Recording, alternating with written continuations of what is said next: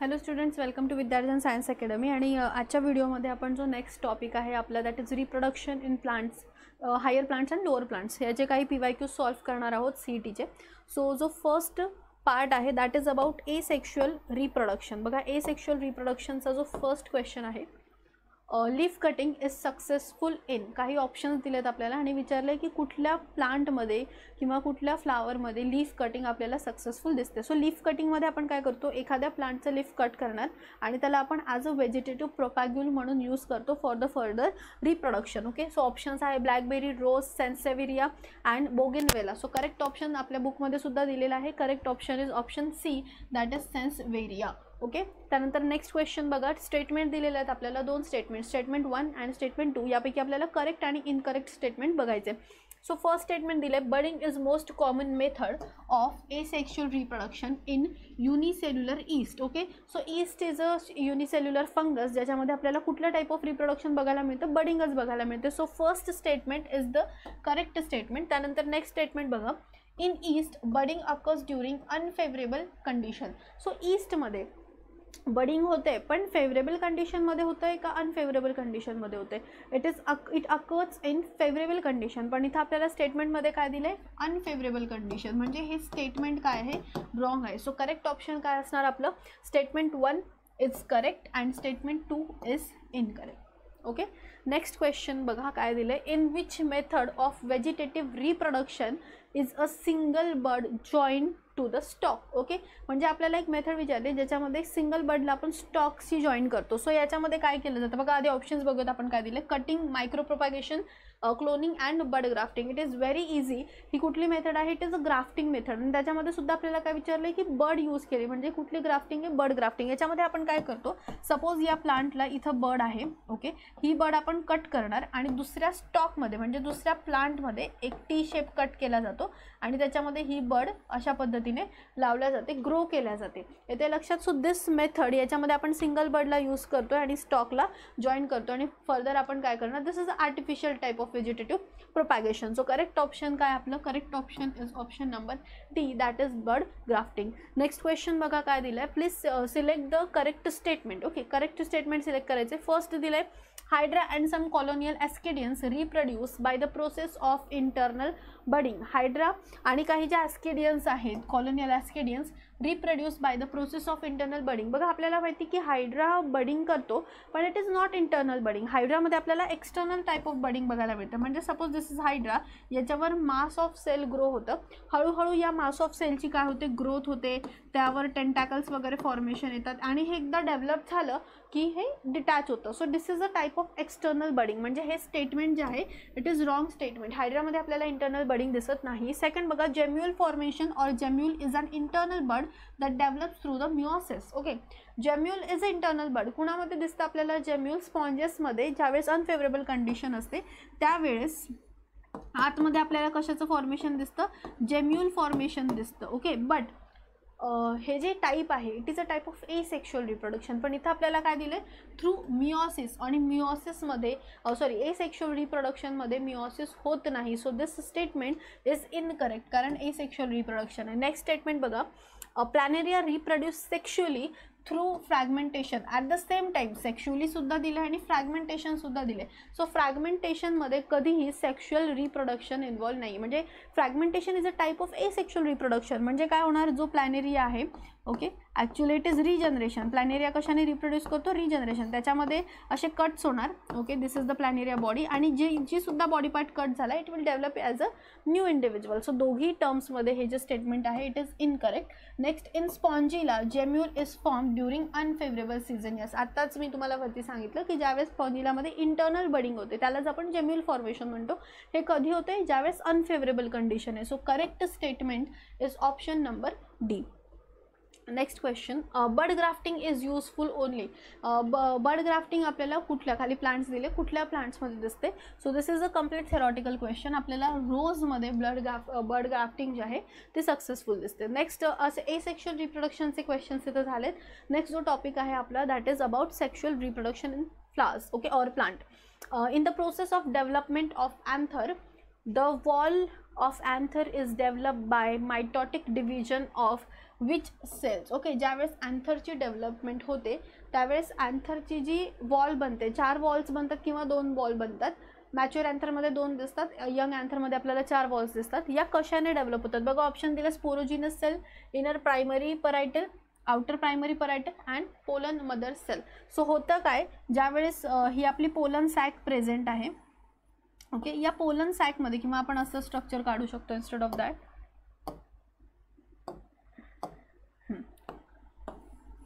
This is the TS of pollen, okay. अँथरमध्ये ज्यावेळेस development होते इथं काही सेल्स प्रेझेंट असतात, ओके. या आउटर साईडला ज्या सेल्स असतात या कुठल्या सेल्स आहेत, आपल्या outer primary parietal cells, okay. आणि आतल्या साईडला ज्या सेल्स असतात त्या इनर प्रायमरी परायटल सेल्स. यांच्यापासूनच मध्ये स्पोरोजिनियस सेल्स बनतात, मग त्यांच्यापासून स्पोर फॉर्मेशन होतं आणि त्यांच्यापासून म्हणजे ज्या आतल्या सेल्स आहेत यांचं अल्टिमेटली काय बनणार, यांच्यापासून स्पोर्स बनत आहेत, ओके. आणि मग त्या स्पोर्सचं डेव्हलपमेंट कशात होणार, मेल गॅमेटोफाईटमध्ये होणार, म्हणजे पोलन ग्रेन्समध्ये होणार. पण या ज्या आउटर परायटल सेल्स आहेत, ओके, आउटर परायटल सेल्सपासून काय बनतात, वॉलची डेव्हलपमेंट होते, म्हणजे इपिडर्मिस, एंडोथेशियम, मिडल लेअर, टॅपिटम, हे सगळं कशाने बनतं, because of the outer primary parietal layer. So correct option is the option number C, that is outer primary parietal layer. Next बघा, flower is a specialized reproductive structure of plant produced specially for, okay, flower is a reproductive structure जे कशासाठी बनवलेलं आहे, which type of reproduction, sexual reproduction. So correct option is option number C. Next, in angiosperms dithecous anther is, okay. Angiosperm मधला जो anther असतो it is dithecous, म्हणजे त्याच्यामध्ये आपल्याला 2 थिका दिसतात.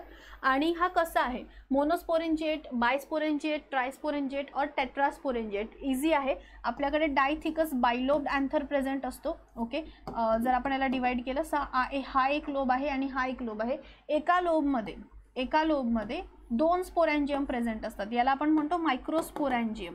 These are microsporangium, right. आणि या मायक्रोस्पोरॅन्जियम एका लोबमध्ये किती आहेत, 2 प्रेझेंट आहे. पण आपण याला बायस्पोरॅन्जिएट म्हणत नाही, आपण कंप्लीट अँथरचं स्ट्रक्चर घेतो, म्हणजे दुसऱ्या लोबमध्ये सुद्धा 2 स्पोरॅन्जियम प्रेझेंट आहे. सो ॲक्च्युली हे किती झाले, 4 स्पोरॅन्जियम झाले. So correct option is anther is always, म्हणजे अँजिओस्पर्ममध्ये it is tetrasporangiate. So correct option is option number D. त्यानंतर नेक्स्ट बघा, करेक्ट सिक्वेन्स विचारला आहे आपल्याला of whorls in and angiospermic complete flower म्हणजे ज्याच्यामध्ये 4ही रोल्स प्रेझेंट आहेत, कॅलिक्स, करोला, गायनोशियम, अँड्रोशियम, हे सगळे रोल्स प्रेझेंट आहे. पण आपल्याला कुठून विचारलं आहे, from inner to outer side. Whorl म्हणजे काय, ग्रुप, ओके, पर्टिक्युलर युनिट्सचा ग्रुप. पण आपल्याला विचारलं आहे inner to outer side. So सगळ्यात आतमध्ये आपल्याला काय दिसतं, there is group of carpels, okay. या कार्पेलच्या ग्रुपला म्हणजे फिमेल रिप्रोडक्टिव्ह पार्टच्या ग्रुपला आपण काय म्हणतो, गायनोशियम. सो आतल्या साईडला काय प्रेझेंट पाहिजे, गायनोशियम प्रेझेंट हवं. त्यानंतर कशाचा ग्रुप दिसतो आपल्याला, स्टॅमिनचा ग्रुप दिसतो. And group of stamen is known as androecium. After that जो थर्ड रोल आहे, म्हणजे इनर टू आउटर ज्यावेळेस आपण जातो, दॅट इज द करोला, म्हणजे पेटल्सचा जो ग्रुप आहे दॅट इज करोला. अँड एंडमध्ये आपल्याला काय दिसणार, खाली सेपल्सचा group which is known as calyx. So बरोबर इनर टू आउटर विचारलं आपल्याला. So correct option is option number D. उलट विचारलं असतं तर कॅलिक्स करोला, म्हणजे आउटर टू इनर विचारलं असतं तर calyx corolla, androecium and gynoecium. Next question बघा, match the characteristics of anther wall layers given in column 1 with their names in column 2, okay. So first कॉलममध्ये आपल्याला लेयर्स दिलेले आहेत, okay, म्हणजे फंक्शन दिलेले आहेत अँथरच्या वॉलचे, आणि इकडे आपल्याला त्याचं नाव शोधायचं आहे. सो फर्स्ट दिलं बघा, न्यूट्रिटिव्ह लेअर, जो न्यूट्रिशन देण्याचं काम करतो तो लेअर कुठला. ज्यावेळेस आपण असं स्ट्रक्चर बनवतो अँथरचं, ओके. सो यात 4 लेयर्स प्रेझेंट आहेत. सो सगळ्यात जवळचा जो लेअर असणार तो लेअर काय प्रोव्हाइड करणार, न्यूट्रिशन प्रोव्हाइड करणार. मग स्पोरॅन्जियमच्या सर्वात जवळचा लेअर कुठला, टॅपिटम, म्हणजे जो न्यूट्रिशन प्रोव्हाइड करतो आहे तो लेअर कुठला आहे, आपला टॅपिटम लेअर, ओके. याचं काम काय, नरिशमेंट, न्यूट्रिशन प्रोव्हाइड करायचं. आणि मग याच्यामधूनच एक स्पोरोजिनस टिश्यू पुढे मदर सेल बनते आणि फर्दर फंक्शन परफॉर्म करते. सेकंड दिलं आहे layer with fibrous thickness. Third दिलं आहे protective layer. Fourth layer that disintegrates in mature anther, okay. So layer with fibrous thickness, जी फायब्रस थिकनेस आहे आपल्याला ती कुठल्या लेअरमध्ये दिसते, it is found in, just a second, या, layer with fibrous thickness, protective layer, layer that disintegrates बघा easy part आपण जर सॉल्व्ह केला तर जो प्रोटेक्टिव्ह लेअर आहे, जो सगळ्यात बाहेरचा लेअर आहे, तो काय देणार, प्रोटेक्शन देणार. So the protective layer is epidermis, म्हणजे सेकंडचं जे आहे दॅट इज एपिडर्मिस. त्यानंतर नेक्स्ट दिलं आहे बघा, that layer with fibrous thickness, जो फायबर थिकनेस देतो तो एपिडर्मिसच्या आतला लेअर असतो. मग एपिडर्मिसच्या आतला लेअर कुठला आहे आपला, एंडोथेशियम, म्हणजे सेकंडचं ऑप्शन काय येणार, ऑप्शन नंबर डी. आणि फोर्थचं काय येणार, ओके, जो मॅच्युअर अँथरमध्ये डिसइंटिग्रेट होतो. म्हणजे मी तुम्हाला सांगितलं की मॅच्युअर अँथरमध्ये आपल्याला दोनच लेअर दिसतात, एपिडर्मिस अँड एंडोथेशियम. मग कुठला लेअर निघून जातो, मिडल लेअर अँड टॅपिटम, हे दोघी निघून जातात. पण इथं टॅपिटमशी मोस्ट करेक्ट आन्सर आपलं हे जुळतं, न्यूट्रिटिव्ह लेअर. क्लिअर, म्हणून इथं आपण याचा आन्सर टॅपिटम न घेता याचा आन्सर आपण काय घेणार, मिडल लेअर. सो फोर्थचं ऑप्शन आहे ऑप्शन नंबर बी. बघा CDAB कुठे दिसतंय आपल्याला, option number B. Okay, so this is the correct option. Next question, इथं आपला सेक्शुअल रिप्रोडक्शनचा पार्ट संपला आणि नवीन पार्ट चालू होतं, that is about microsporogenesis. Okay, म्हणजे फॉर्मेशन ऑफ मायक्रोस्पोर्स.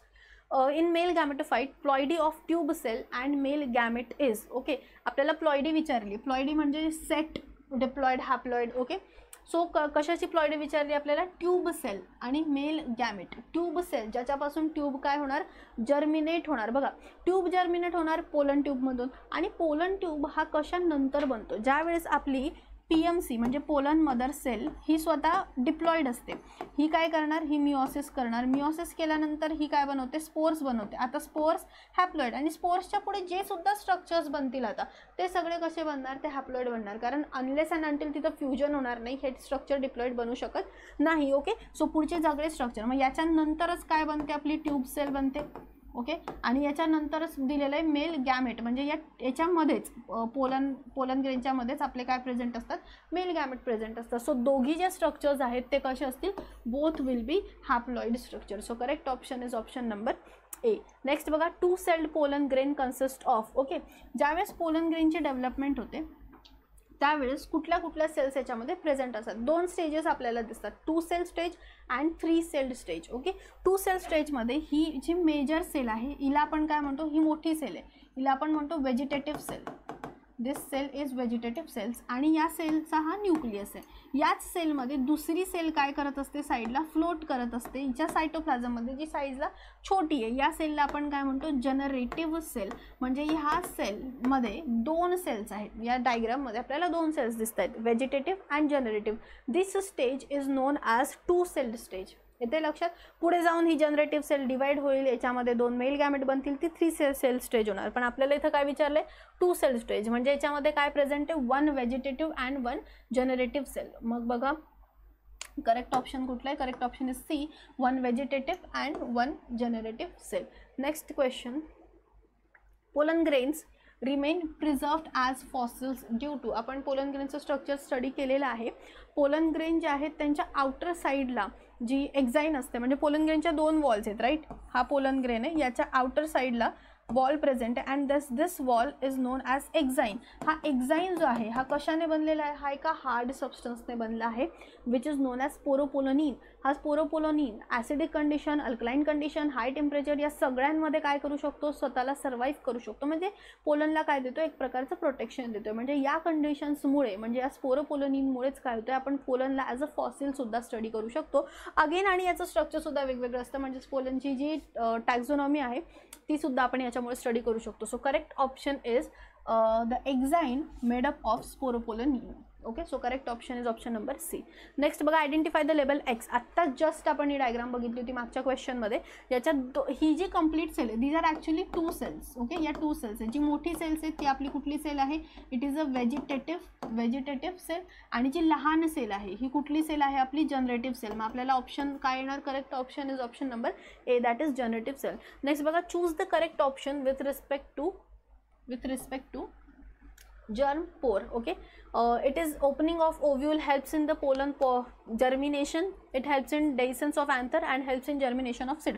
सगळ्यात आधी लक्षात घ्या की जर्म पोर आपण कशाला म्हणतो. आता आपण एक पोलनचं स्ट्रक्चर काढलेलं. ओके, या पोलनमध्ये 2 वॉल आहे, जी इंटरनल वॉल आहे तिला आपण इंटाईन म्हणणार, आणि जी एक्सटर्नल वॉल आहे स्पोरोपोलोनिनची जी बनली होती, दिस wall is known as exine. आता ज्या एरियामध्ये हा एक्झाईन ॲब्सेंट आहे, suppose this area doesn't have exine, this area doesn't have exine. So ज्या एरियामध्ये एक्झाईन इज ॲबसेंट त्याच एरियाला आपण काय म्हणतो, this area is known as germ pore. मग होतं काय, ज्या वेळेस पोलन ग्रेन जाऊन स्टिग्मावर बसतात, ते स्टिग्मामधून न्यूट्रिएंट्स ॲब्झॉर्ब करतात, त्यावेळेस जर्मिनेशन करण्यासाठी हा बघा न्यूट्रिएंट्स ॲब्झॉर्ब केल्यानंतर ही जी सेल आहे, आतमधली जी सेल आहे, पोलन जो आहे तो काय करणार, फुगणार. फुगण्यामुळे काय होते, जो इंटरनल लेअर आहे, इंटाईनचा जो लेअर आहे तो फुगतोय, म्हणून हा हळूहळू जर्म पोअरमधून बाहेर यायला सुरुवात होते. जर्म पोअरमधून हा बाहेर येतोय म्हणजे हा काय बनवतो आहे, हा पोलन ट्यूब बनवतोय. सिंपल. म्हणजे काय होतंय, जर्मिनेशन ऑफ पोलन. येत्या लक्षात, म्हणजे जिथं जिथं जर्म पोअर ॲबसेंट आहे देअर आर चान्सेस की तिथून इंटाईन बाहेर येणार आणि तिथून पोलन ट्यूब डेव्हलप होईल. आणि पोलन ट्यूब डेव्हलपमेंटलाच आपण काय म्हणतो, जर्मिनेशन ऑफ पोलन. इथं सीट दिलं आहे. So correct option is it helps in pollen germination. Option number B.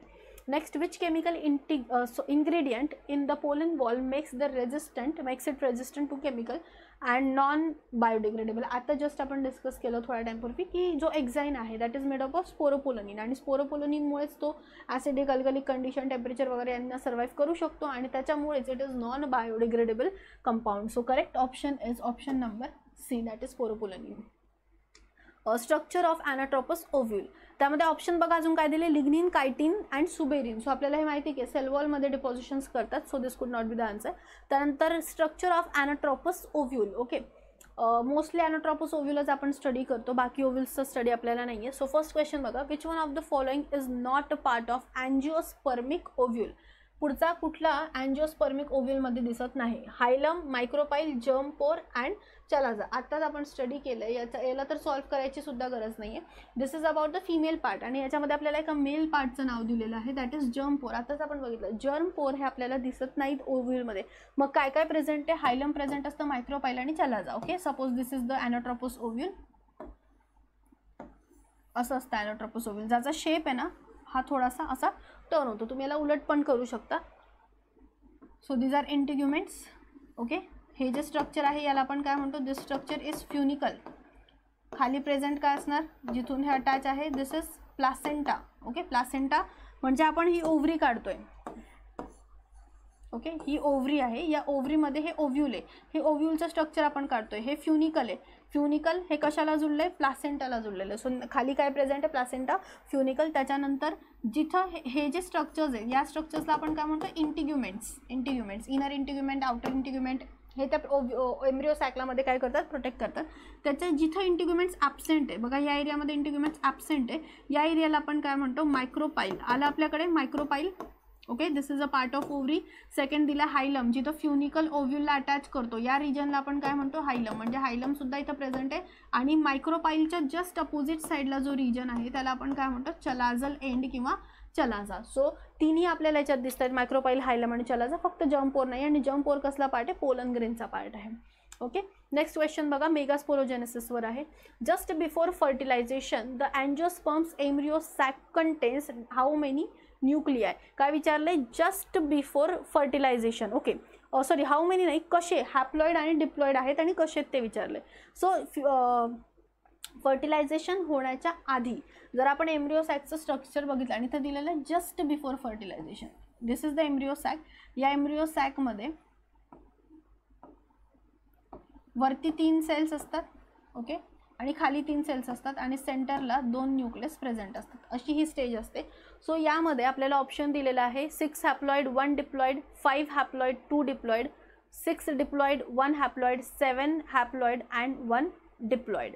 Okay, बघा याच्यामध्ये टोटल किती सेल्स दिसत आहेत आपल्याला, देअर आर टोटल खाली 3 सेल्स, वरती 3 सेल्स आणि ही 1 सेल. म्हणजे ही स्टेज जी आहे ही 7 सेल स्टेज आहे. ही कशी स्टेज आहे, it is a 7 cell stage. आता यावेळेस काय होतं बघा, या हे जे बनलेलं स्ट्रक्चर आहे एम्ब्रिओ सॅक, हे पूर्ण मिओसिस झाल्यानंतर बनले. आधी मेगास्पोर बनले, त्या मेगास्पोरमधलं एकाचं कन्वर्जन कशात झालं, एम्ब्रिओ सॅकमध्ये झालं. ओके, म्हणजे हे सगळ्यांची जी प्लॉइडी असणार, या ज्या सेल्स आहेत या हॅप्लॉइड आहेत, या सुद्धा कशा आहेत, हॅप्लॉइड आहे. हे सुद्धा कसे आहेत, हॅप्लॉइड आहे. आणि हे सुद्धा कसे आहेत, हॅप्लॉइड आहे. म्हणजे हे फक्त न्यूक्लियस आहे, बाकी ठिकाणी सेल वॉलचं फॉर्मेशन झाले. म्हणजे आपल्याकडे टोटल जर आपण बघितलं 6 सेल्स कशा आहेत, 6 सेल्स हॅप्लॉइड आहे. इथे लक्षात 6 सेल कशा आहेत, हॅप्लॉइड आहे. पण इथं आपल्याला क्वेश्चनमध्ये असं दिलेलं आहे की just before fertilisation, just fertilisation होण्याच्या आधी हे जे दोन पोलर न्यूक्लियाय हे काय करतात, एकमेकांसोबत फ्यूज करतात आणि यांनी फ्यूज केल्यामुळे ही जी सेंट्रल सेल आहे, या सेलला आपण काय म्हणतो, सेंट्रल सेल, ही सेंट्रल सेल काय होणार, ही डिप्लॉइड होणार, कारण जस्ट बिफोर फर्टिलायझेशन हे पोलर न्यूक्लियाय फ्यूज करतात आणि पोलर न्यूक्लियाने फ्यूज केल्यानंतर आपल्याला काय मिळतो, सेकंडरी न्यूक्लियस मिळतो, सेकंडरी न्यूक्लियस. म्हणजे आपल्याकडे 6 हॅप्लॉइड आणि एक सेल कशी आहे, 1 cell is the diploid cell. Okay, so correct option is option number A, 6 haploid and 1 cell is the diploid cell. त्यानंतर नेक्स्ट बघा, how many nuclei migrate from each pole to the centre of developing female gametophyte to form the secondary nucleus. ओके, किती nucleus जे आहेत हे सेंटरला येतात एक एक पोलपासून. हे आपलं आहे फिमेल गॅमेटोफाईट, काय दिलेलं आपल्याला, डेव्हलपिंग फिमेल गॅमेटोफाईट. ओके, इथं डेव्हलप करताना वरती 4 न्यूक्लियस प्रेझेंट असतात. एक सेकंड,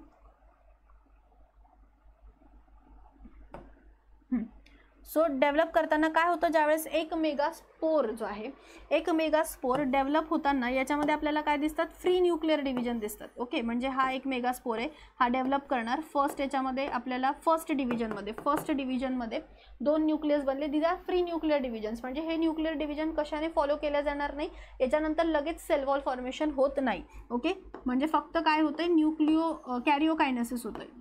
मग परत सेकंड मायटोसिस झालं, सेकंडमध्ये किती बनले, 2 न्यूक्लियसपासून 4 न्यूक्लियस बनले. अगेन थर्ड नंतर किती झाले, 3 वेळेस होतात हे.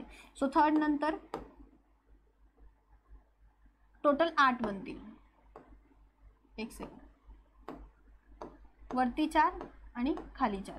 ओके, सो एकापासून 2, 2चे 4 आणि 4चे 8, टोटल असे 8 बनले. आता या 8 पैकी ज्यावेळेस याचं 3 वेळेसच डिव्हिजन होतं, लक्षात ठेवा, कधीही एका मेगास्पोरपासून आपलं गॅमेटोफाईट, एम्ब्रिओ सॅक बनायला, फिमेल गॅमेटोफाईट बनायला किती डिव्हिजन्स लागतात, 3 मायटोटिक, पण free nuclear mitotic division. Okay, so आता यांची अरेंजमेंट कशी होते, हा एका पोल आहे, हा एक पोल, हा दुसरा पोल, या दोघी पोलकडून एक एक न्यूक्लियस कुठे येणार, सेंटरला येणार. ओके, याच्यातला एक न्यूक्लियस सेंटरला येईल आणि यापैकी एक न्यूक्लियस सेंटरला येईल. म्हणजे स्ट्रक्चर होताना कसं दिसणार, वरती 3 न्यूक्लियस, ओके, आणि सेंटरला 2 न्यूक्लियस, आणि थोड्या टाईम नंतर आफ्टर दिस याच्यावरती सेल वॉल फॉर्मेशन स्टार्ट होते. आलं लक्षामध्ये, म्हणजे एका पोलपासून, एका पोलपासून एकच न्यूक्लियस सेंटरला येतोय. तसे टोटल 2 येत आहेत, पण आपल्याला काय विचारलंय, ईच पोल, म्हणजे एका पोलपासून एक. So correct option would be option number A. Next बघा, गिवन 2 स्टेटमेंट दिले आपल्याला. Definitive nucleus is formed by the fusion of 2 haploid polar nuclei. Second statement दिले, formation of diploid secondary nucleus occurs after fertilization. Again the question on female gametophyte. So this is a embryo sac. या embryo sac मध्ये वरती आपल्याकडे अँटीपोडल्स present आहेत 3. Again same diagram काढतो आपण. एक cell synergids, एक ॲपरेटस प्रेझेंट आहे. फर्स्ट स्टेटमेंट दिले, definitive nucleus is form by the fusion of 2 haploid polar nuclei. तो जे सेंटरला प्रेझेंट आहे हे कुठले आपले, दीज आर हॅप्लॉइड, दोघी सुद्धा हॅप्लॉइड आहे आणि यांना आपण काय म्हणतोय, polar nuclei. Just before fertilisation हे पोलर न्यूक्लियाय काय करतात, फ्यूज करतात आणि याच्यापासून आपला काय बोलतो, डिफिनेटिव्ह न्यूक्लियस, किंवा यालाच आपण म्हणतो secondary nucleus. So correct option आहे, करेक्ट स्टेटमेंट आहे फर्स्ट स्टेटमेंट. सेकंड स्टेटमेंट दिले, formation of diploid secondary nucleus occurs after fertilisation. हे जस्ट बिफोर फर्टिलायझेशन झाले, सो आफ्टर फर्टिलायझेशन हे होऊ शकत नाही. सेकंडरी न्यूक्लियस म्हणजे हाच न्यूक्लियस, जेव्हा हे फ्यूज करतील पोलर न्यूक्लियर तेव्हाच सेकंडरी न्यूक्लियस बनतो. So again this statement is incorrect. मग बघा करेक्ट ऑप्शन कुठला आहे, statement 1 is correct and statement 2 is incorrect. Right. Next बघा, the embryo sac in angiosperm may develop from the following except. जी अँजिओस्पर्मची embryo sac आहे ती कशापासून डेव्हलप होते, nucellus, megaspore mother cell and microspore mother cell. Okay, आपल्याला विचारलं accept कशापासून डेव्हलप होऊ शकत नाही. सो ज्यावेळेस डेव्हलपमेंट होते, ओके, यामध्ये आपल्या फिमेल रिप्रोडक्टिव्ह पार्टमध्ये काही सेल्स प्रेझेंट असतात. These cells are known as the nucellus. Okay, ओव्हरीमध्ये काही न्यूसेलस प्रेझेंट असतात. त्या न्यूसेलसमधून एक जी न्यूसेलस आहे ती मोठी होते, जिला आपण काय म्हणतो, मेगास्पोर मदर सेल म्हणजे MMC. ही आधी कोण होती, न्यूसेलस. न्यूसेलस मधलीच एक सेल काय बनली, MMC बनली, म्हणजे न्यूसेलस पासून बनणार, मेगास्पोर पासून बनणार, आणि या मेगास्पोर मदर सेल पासूनच काय बनतो, मेगास्पोर. म्हणजे हे तिघींचंच पुढे कशात ट्रान्सफॉर्मेशन होते, into the embryo sac. Okay, याच्याच पासून पुढे जाऊन काय बनते, एम्ब्रिओ सॅक. पण एक ऑप्शन आपल्याला दिले, एवढं एक्सप्लेनेशनची गरजही नाही ॲक्च्युली. एक ऑप्शन दिलं आपल्याला microspore mother cell. Microspore it is related to male gametophyte. Pollen याच्यापासून बनतोय. So correct option is option number D. Okay, पण हे का आलंय तिन्ही, न्यूसेलस, मेगास्पोर आणि मेगास्पोर मदर सेल, त्यासाठी एक्सप्लेनेशन दिलं. क्लिअर. नेक्स्ट बघा, identify the correct sequence of ploidy of megaspore mother cell. आपल्याला आता प्लॉइडी विचारली, म्हणजे पुढे दिलेल्या सेल्समध्ये हॅप्लॉइडी आहे, डिप्लॉइडी आहे, नंबर ऑफ सेट्स किती आहेत क्रोमोझोम्सचे. ओके, सो फर्स्ट दिलं आपल्याला मेगास्पोर मदर सेल. बघा, मेगास्पोर मदर सेल ही स्वतः डिवाइड करणार, कुठल्या मेथडने डिवाइड करणार, मिओसिसने. आणि जी सेल मिओसिस परफॉर्म करते ती सेल कशी असणार, स्वतः डिप्लॉइड असणार. म्हणजे ही जी मेगास्पोर मदर सेल आहे ही स्वतः कशी आहे, इट इज डिप्लॉइड. सेकंड आपल्याला दिलेलं आहे न्यूसेलस. न्यूसेलस पासूनच मेगास्पोर मदर सेल बनली आहे, येते लक्षात. म्हणजे न्यूसेलस सुद्धा कसं असणार, मी इथं लिहिते, ही याच्यापासूनच मेगास्पोर मदर सेल बनली. म्हणजे न्यूसेलस सुद्धा कसं असणार, आपलं डिप्लॉइड असणार. 2N 2N. नेक्स्ट दिलेलं आहे आपल्याला एग. ओके, एग यांचं डेव्हलपमेंट झाल्यानंतर, मेगास्पोरचं डेव्हलपमेंट झालं, एम्ब्रिओ सॅक बनली. त्या एम्ब्रिओ सॅकमध्ये आपण बघू इथं, हां, या एम्ब्रिओ सॅकमध्ये हा जो प्रेझेंट आहे दिस इज द एग. आता कंप्लीट डेव्हलपमेंट झाली, मेगास्पोर बनलंय. मेगास्पोर कसं होतं, हॅप्लॉइड होतं. मग पुढचे सगळे स्ट्रक्चर्स कसे असणार, हॅप्लॉइड. ऑब्व्हियसली एगला फ्यूज करायचं आहे, म्हणजे एग सुद्धा कसं असणार, आपला हॅप्लॉइड स्ट्रक्चर असणार. So correct option is egg is haploid. 2N 2N and N, म्हणजे diploid, diploid and haploid. So correct option is option number A. Next बघा, how many binucleate cells are seen in the embryo sac of angiosperms. Okay, अँजिओस्पर्मच्या embryo सॅकमध्ये आपल्याला किती binucleate cells दिसतात. ज्यावेळेस आपण ही एम्ब्रिओ सॅक काढतो, अगेन वरती अँटीपोडल्स, खालती एग ॲपरेटस प्रेझेंट आहे, हा चॅलाझल एंड असणार आपला, हा मायक्रोपायलर एंड, आणि मध्ये आपल्या 2 न्यूक्लियस दिसतात. ओके, सो ॲक्च्युली या स्टेजमध्ये, या एम्ब्रिओ सॅकमध्ये टोटल किती सेल्स आहेत. सो वरच्या साईडला 3 सेल्स आहेत, या अँटीपोडल्स आहेत. ओके, या 3 सेल्स आहेत. खाली आपल्याला 3 सेल्स दिसतात, या 2 सिनर्जिड्स प्लस एक सेल, एग प्लस सिनर्जिड्स, एक प्लस सिनर्जिड, या झाल्या टोटल 6 सेल. पण ह्या सेल सुद्धा एका मोठ्या सेलमध्ये प्रेझेंट आहे. सो ही जी सेल आहे, this cell is known as central cell. आणि फायनली या सेंट्रल सेलमध्ये बघा आपल्याला किती न्यूक्लियस दिसतात, 2 न्यूक्लियस दिसतात. मग आपल्याला क्वेश्चन काय विचारलं आहे की बायन्यूक्लिएट सेल्स आपल्याला किती दिसत आहेत. मग एकच सेल दिसते ज्याच्यामध्ये 2 न्यूक्लियस प्रेझेंट आहे. बाकी या सेल्स प्रॉपर डिवाइड झालेल्या आहेत ज्यांच्यामध्ये एकच न्यूक्लियस प्रेझेंट आहे. So correct option is option number A, that is the 1 cell having 2 nuclei. Next, for the formation of 1000 angiospermic seeds, how many meiotic divisions are expected? Okay, जर आपल्याला 1000 angiospermic seeds बनवायचे आहे, आणि seeds कधी बनतात, after fertilisation.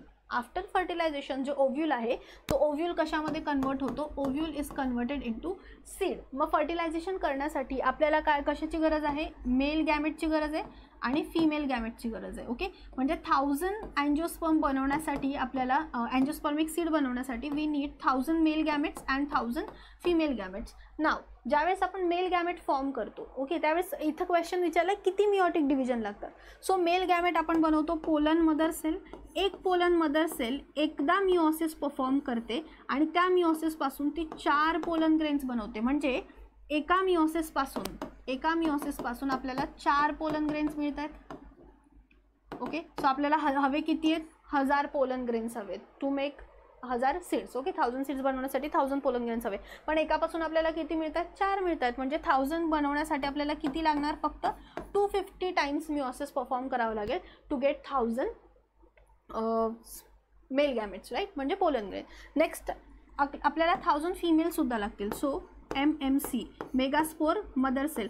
एका megaspore mother सेलपासून 4 megaspore बनतात, बट ते 4 पैकी 3 डिजनरेट होतात. म्हणजे एकच पुढे वायबल आहे, पुढे फंक्शनल आहे. म्हणजे एकामध्ये हे बघा 4 बनत आहेत, 4 मेगास्पोर बनतील, पण या 4 पैकी 3 काय कामाचे नाही आहेत, ते डिजनरेट होतात. हे 4च्या 4 पोलन ग्रेनमध्ये कन्वर्ट होत आहे. म्हणजे इथं आपल्याला एका मिओसिसपासून एकच काय मिळतंय, एकच एग मिळतंय. येते लक्षात. पण आपल्याला किती एग हवे, 1000 एग हवेत. म्हणजे 1000दा आपल्याला काय करावं लागणार, मिओसिस करावं लागणार. ओके, सो टोटल आपल्याला सीड्स बनवायसाठी इथं 250 मिओसिस, इथं 1000. सो टोटल आपलं किती झालं, 1250. Okay, correct option is option number C. Done. Next question, पॉलिनेशनवर काही क्वेश्चन आहेत. Bird pollinated flowers are usually, okay, ज्यावेळेस बर्ड पॉलिनेशन केलं जातं म्हणजे बर्ड्सचं यूज केला जातो for the pollination, large showy and brightly coloured, small brightly coloured, large and colourless with the strong fragrance. Okay, so ज्यावेळेस बर्ड्स यूज केले जातात ॲज पॉलिनेटर्स, त्यावेळेस ते फ्लावर्स कसे असतील, बर्ड्सची साईज थोडी इंचपेक्षा मोठी, कारण स्मॉल बर्ड्सच पॉलिनेशन करतात. सो जे फ्लावर्स असतील ते कसे असतील, लार्ज असतील आणि बर्ड्सला अट्रॅक्ट करण्यासाठी कसे असणार, ब्राईटली कलर्ड. सो याचं करेक्ट ऑप्शन येणार ऑप्शन नंबर ए. नेक्स्ट बघा, इन सी ग्रास म्हणजे Zostera, pollen grains are long ribbon like and without exhibiting. कुठलं पॉलिनेशन होतं याच्यामध्ये, सी ग्रासमध्ये आपल्याला हायड्रोफिली दिसते. हायड्रोफिली म्हणजे pollination in water by using water, म्हणजे एबायोटिक एजंट्स याच्यात यूज केले जातात. पण याच्यामध्ये ऑप्शन आपण बघितलं तर दिलं ornithophily, hydrophily, anemophily and epihydrophily. Okay, hypohydrophily and epihydrophily. Ornithophily म्हणजे काय, कशाच्या द्वारे आपण करतो, ऑर्निथोफिली बाय युझिंग बर्ड्स. त्याच्यानंतर हायड्रोफिलस, इपी आणि हायपो. आता इपी आणि हायपोमध्ये काय डिफरन्स आहे, ज्यावेळेस पाण्याच्या वरती अगर पॉलिनेशन होतं आहे तर it is epi hydrophilous, hydro means water, epi म्हणजे वरती, आणि ज्यावेळेस पाण्याच्या खाली पॉलिनेशन होतं it is hypo hydrophilous. So याचे एक्झाम्पल्स आपल्याला क्लिअरली बुकमध्ये दिलेले आहेत. आणि जोस्टेरा, सी ग्रास याच्यामध्ये आपल्याला पाण्याच्या खाली पॉलिनेशन बघायला मिळतं. सो आणि त्यामुळे पाण्याच्या खाली करायचं म्हणून यांचे जे पोलन्स असतात ते कसे असतात, त्या long and ribbon like. So correct option is hypohydrophily with the water level. Okay, below the water level. Next दिलं ॲनोमोफिलस. ॲनोमोफिलस आपण कशामध्ये यूज करतो, wind pollination. To achieve pollination attractions and rewards are required in. बऱ्याच वेळेस काय होतं, pollination देण्यासाठी म्हणजे पॉलिनेशन करून घेण्यासाठी प्लांट्स रिवॉर्ड देतात. जसं आपण एखादं काम केल्यानंतर आपल्याला रिवॉर्ड मिळतो आणि त्या रिवॉर्डसाठी सुद्धा आपण काम करतो काही वेळेस. ओके, सो ऑप्शन दिले बघा, ॲनेमोफिली, इपिहायड्रोफिली, हायपोहायड्रोफिली आणि कायरेप्टेरोफिली. सो ॲनेमोफिली, ओके, ॲनेमोफिली विंड तर एबायोटिक फॅक्टर आहे आणि हायड्रोफिली इज ऑल्सो एबायोटिक. तर कुठल्याही एबायोटिक फॅक्टरला रिवॉर्ड देण्याची गरज नाही. पण ऑप्शन डी बघा काय दिलेले आहे, कायरेप्टोफिली. कायरेप्टोफिली म्हणजे pollination by bats, pollination by bats. मग बॅट्स हे मॅमल्स आहेत, यांच्याकडून पॉलिनेशन करून घ्यायचं असेल तर त्यांना इन रिटर्न काहीतरी द्यावं लागतं. आणि मग यावेळेस प्लांट्स काय करतात, इडिबल पोलन ग्रेन्स बनवतात. सो काही टाईमला हे बॅट्स ते पोलन ग्रेन्ससुद्धा घेऊ शकतात. So correct option is option number D, ज्यावेळेस इडिबल पोलन ग्रेन्स दिले जातात ॲज रिवॉर्ड. नेक्स्ट बघा, given below are 2 statement, based on them select the correct option. First statement दिलं आहे, as an adaptation to Chiropterophilus flower, large amount of edible pollen grains are produced. It is a correct statement. आपण आता just discuss केलं की Chiropterophilus for bats, okay, आणि त्यांना आपण edible म्हणजे प्लांट्स इडिबल पोलन ग्रेन्स देतात.